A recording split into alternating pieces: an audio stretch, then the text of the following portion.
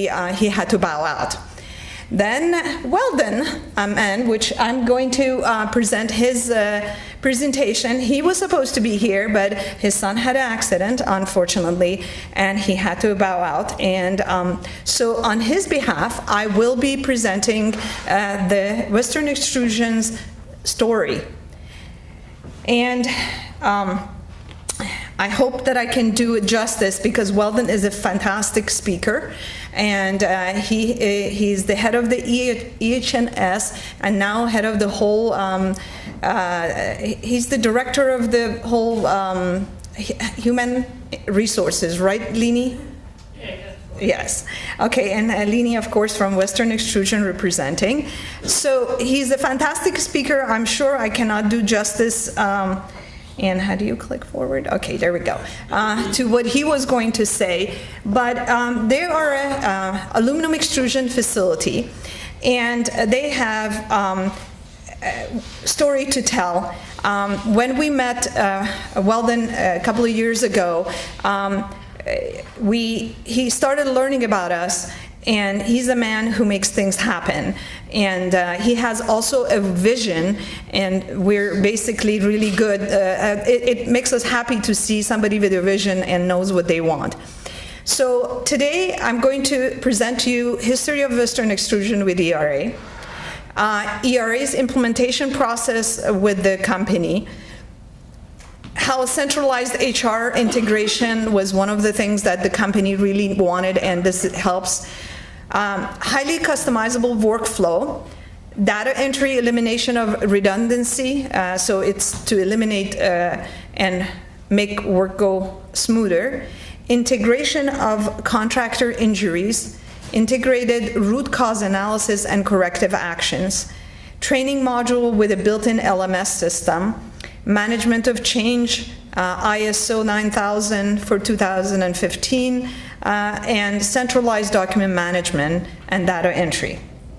So Western Extrusion has been a client since 2007. They started with the environmental.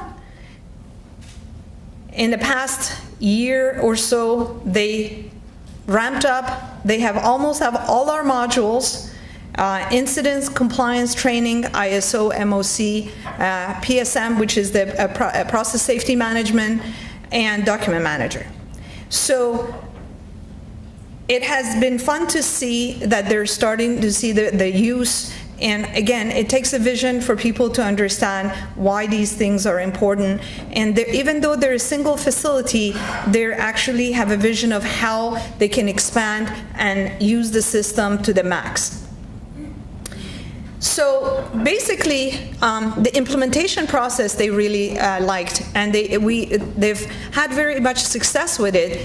We normally have a kickoff, and we talk about setup, implementation, what are we going to do, and gather requirements from the client. Then client reviews those requirements with us, and we make the modification. Remember, for example, incident module, compliance module, inspection module, and ISO, all of them are built on the dynamic platform.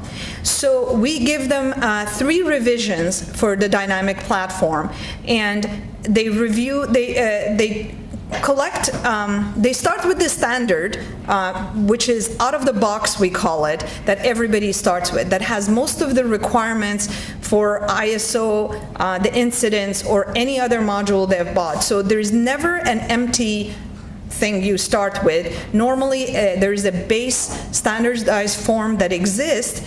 Then should I be using this to point? Yes. Okay.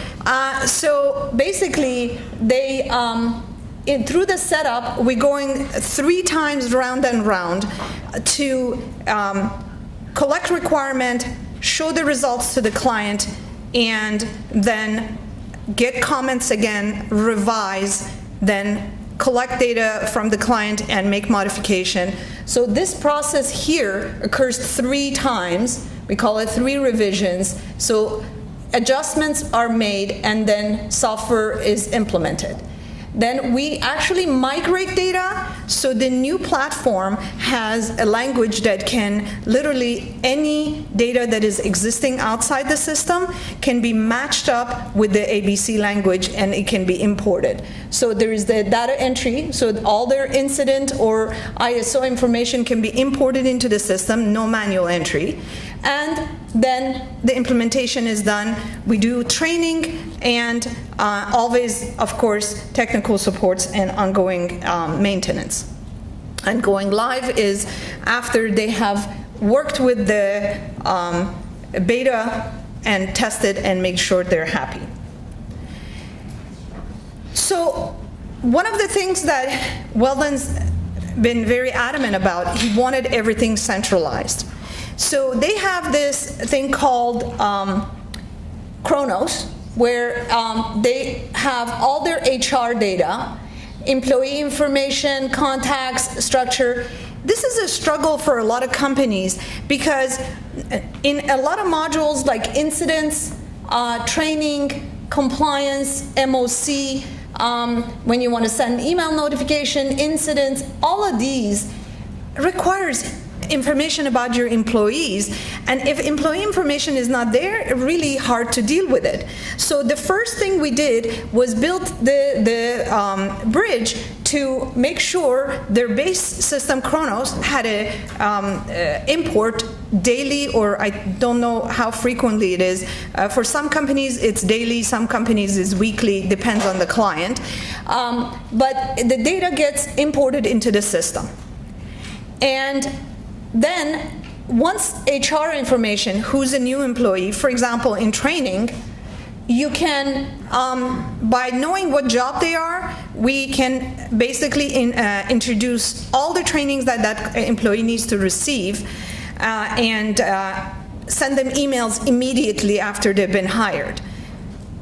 Nice thing is, today you got hired, by the time people get around to sign you up for all sorts of stuff, you're 2 or 3 months in this company. With this system, the day you get hired and the import is done to the system recognizes that you're a new employee, looks at your job and looks at all the trainings that you need to be receiving, signs you up for all of them, and emails you. Imagine the fun they have. Wow, the company already remembered me and sent me all the information I need. So that is one of the marvels of having your HR data connected to these pieces. When you, if God forbid the employee has an incident, you don't need to go look up who they are, what's their phone number, what is their information to file their incident report or OSHA report. For compliance, we have methodology that you can choose to add a person to many tasks. So as they come in, you can go and choose which group they belong to. So we have user groups in, by the way, the new system has obviously hierarchy of who's who and who can access what. And depending on what user group you're in, you could potentially be receiving compliance emails for the job you're already assigned. Because some of the compliance tasks is job-based, it's not employee-based. In the past, everything was employee, and if somebody left and you didn't replace their name, the old guy was getting still the emails. Nowadays, if you have a compliance task that are set up for a group of people, and a new employee with that job title comes in, then they will become part of that group and they can receive all the notifications. So it reduces the HR data, reduces the burden of having to remember all the things that we do and all the strain that people are under these days to reduce, remember to do this, remember to do that, remember to do that. The system is going to memorize it as soon as somebody gets hired for their getting paid, which everybody's got to get paid. They go into your HR, and as soon as that happens, everything else is memorized. You don't have to remember it anymore. Based on their job title, you can define requirements. And that really excited Weldon, and he was like, I gotta have all of this. I want it. and he's a man who makes it happen. It's highly customizable. So remember, ERA has a near miss, first aid, recordables, property injury, spills, and much more. But it's like you go shopping. There's all these built-in modules that our staff has already built, pre-built for you with a standard version, and you go and you pick up what do you want. So we start with the general information, ask you which one of these, when a form is presented, a user would say, oh, I'm trying to enter near miss or first aid or recordable, and only their information related to those forms are displayed. So it's dynamic, it is intelligent and thinks about it. So if somebody's doing a first aid data entry, they should not be bothered by a bunch of OSHA questions. And if they're doing an OSHA, you want them to be as detailed as possible. So these forms adhere to the client needs. But for every single one of them, he wants to do root cause analysis. Now, some of you might say, well, I really don't want to do for first aid root cause analysis. Okay, we can do that. So this is the logic that was built based on Western Extrusion's needs. All the base forms are there, but the flow is yours. You decide to which components of this you want to pick, and we adhere to that. So the root cause analysis he chose to be for all of these, and once they have any of these, they have to add the root cause analysis, which is the part of the risk module. And Gary spent quite a bit of time yesterday talking about it. Then that goes to the reviewer, and then basically the approver can show if it's a recordable or not, or denied. And if it's denied, it goes back. So the workflows, this is just for a case study of the incident module, and he was pleased to see how quickly we were able to do this and make the changes. He's one of those men, he needs to get done at things now and doesn't want to wait.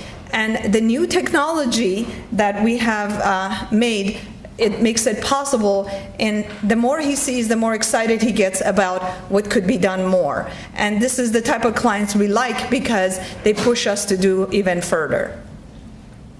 So this is what I was talking about. This is the portion of the form that the employees get in, and they basically choose what they want to do.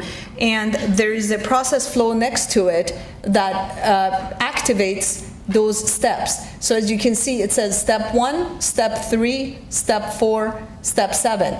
So there's steps that are missing because some of the items were not activated.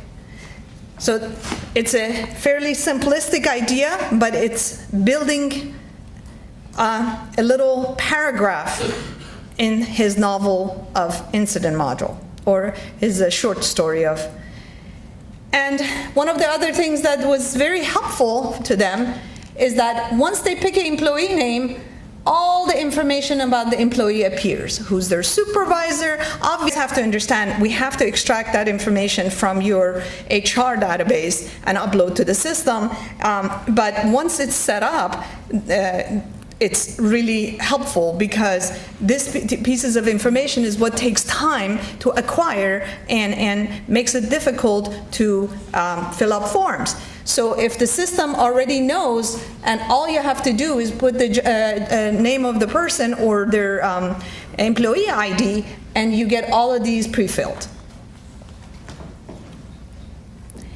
Next is, again, ease of data entry is super important to clients, especially when it gets to incidents, inspections, and more. It's all about simplicity. You make it complicated, people can't use it. So we have to concentrate on keeping it simple but sophisticated. So this is collecting the base information on the facility and when the date of the incident is, and then this information is used in other segments, but they wanted to see it in other forms. So basically we copy over the information is relevant. So you only put the information in the first page, but then any subsequent page needing the same information, we have a copy as function. You can collect your contractor information, and it can trigger other activities, even emails, and even record their injuries. So your contractors will not be, oh, this is not covered. Yes, it is covered. And obviously, they're working for you as a contractor. They should be able to be handled through the system. Root cause analysis, again, it's an intelligent piece. It comes up with all these standard pieces that Hassan and his team has put together, but if some of them don't fit you, it can be removed or added.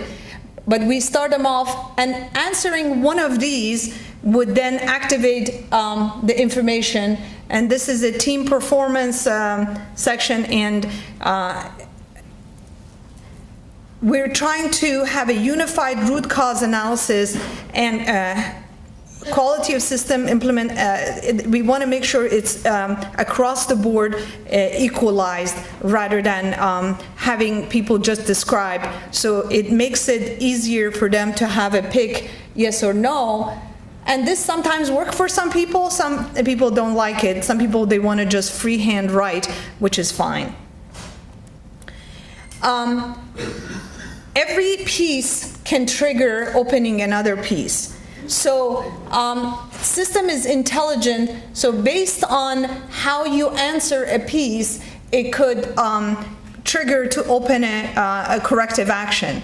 So if you're doing something and there's no follow-up action necessary, the page for corrective action will not appear. But if you have made a selection, for example, in the individual performance, was a person excessively fatigued, impaired, upset, or bored, or and if the answer is yes, then there's a set of corrective actions to be picked up, and then there's a follow-up.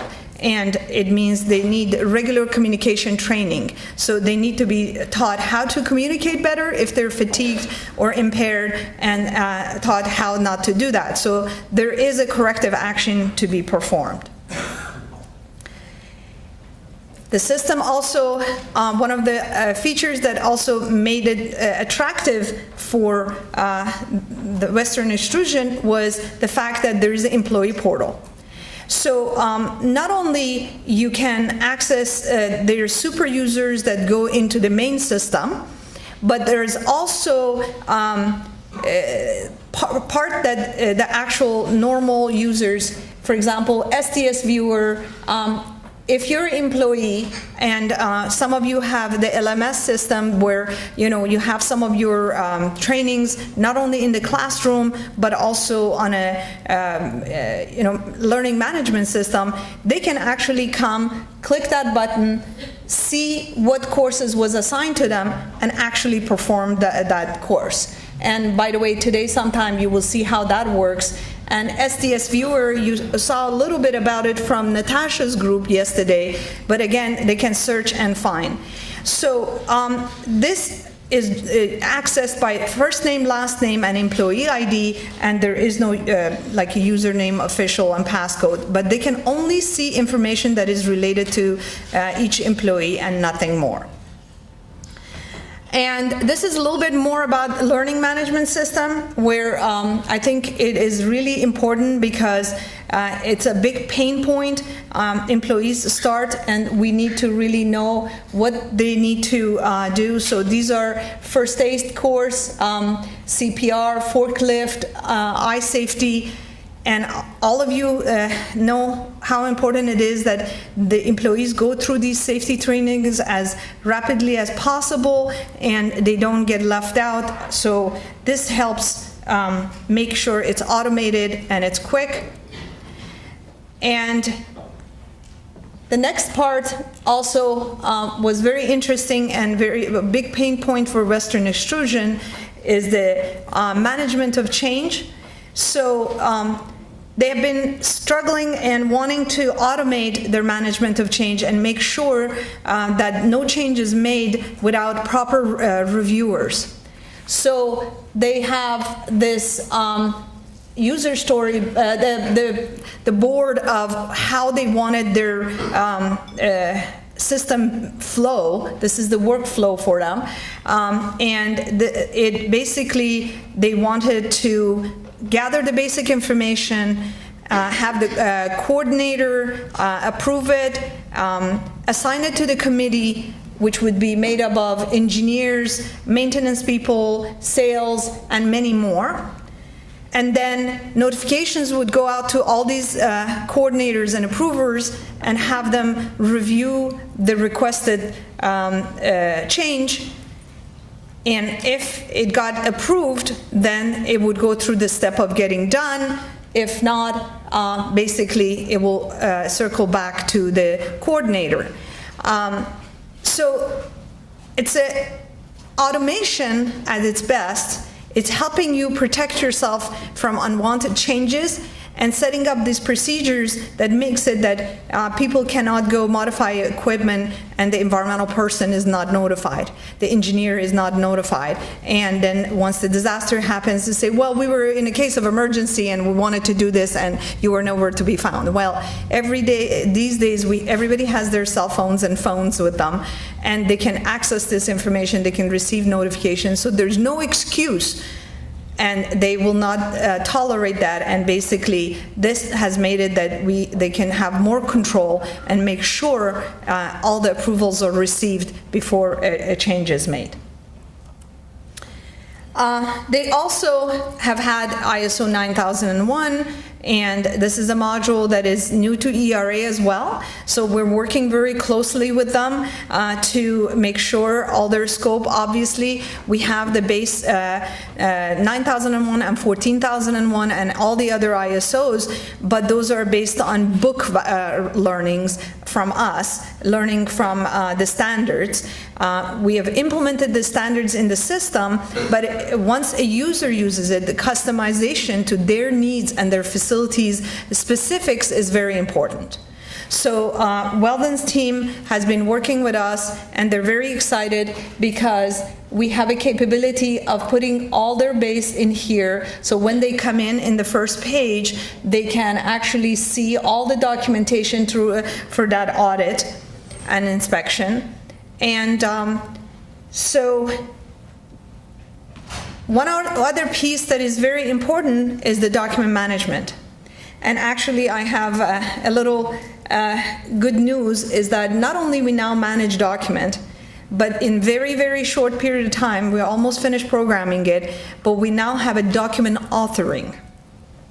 So the SPCC plans and all sorts of documentation that if you especially have multiple plants and you have to create these standardized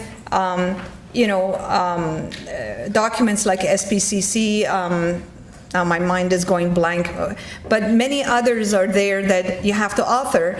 Even my own colleagues from the sales and marketing team, we are going to author our own, the proposals. We're going to automate it. It's that crazy because, it's not just for environmental. You want to author, you can author anything. And when we give you a proposal, there's many man hours put in to try to beautify the proposal. But all it is, we have a basic information that we gather, and the system should be able to then assess based on your requirements what the cost is. And so we are actually using this internally to automate our own proposal writing process and cost process. Those are the reasons we're developing, as well as we have other clients who have requested for this document authoring. But the document management is the one that actually just stores documents. So that's where we started, and basically it allows the client to store any relevant documents for any module and be able to see it and search it and upload it and have it related, especially for something like compliance and inspection and training. These makes a lot of importance because those are legal documents that you want to be attached to the inspection or the compliance or the PSM to be able to go to that compliance and click on a button and see the proof of what was done if it's documented on paper. So document management is also a very key component that talks to everything else. And finally, circling back to environmental data entry, the company has been with us since 2007, so it's around 10 years, and we had to work to automate and make data upload from their Kronos to our system because to make sure that there's no cherry picking.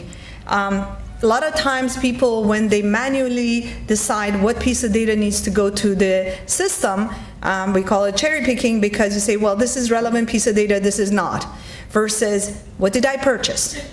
Everything I purchased, we need to be looking at it and making sure that it's analyzed for environmental. Is it a maintenance item? Is it ignorable? And so on and so forth, which today my colleagues Carl and Nikita are going to go through our universal import and talk about logic of all that.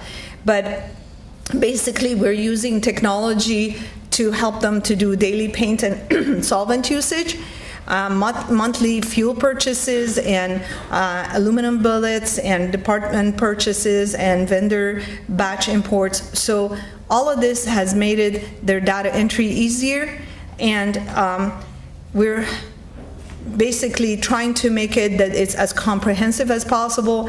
Weldon doesn't want to sign anything that he can't know how and where and when it came from. So he's a final signature on it. So he wants to have a reliability and know that everything that is done is complete.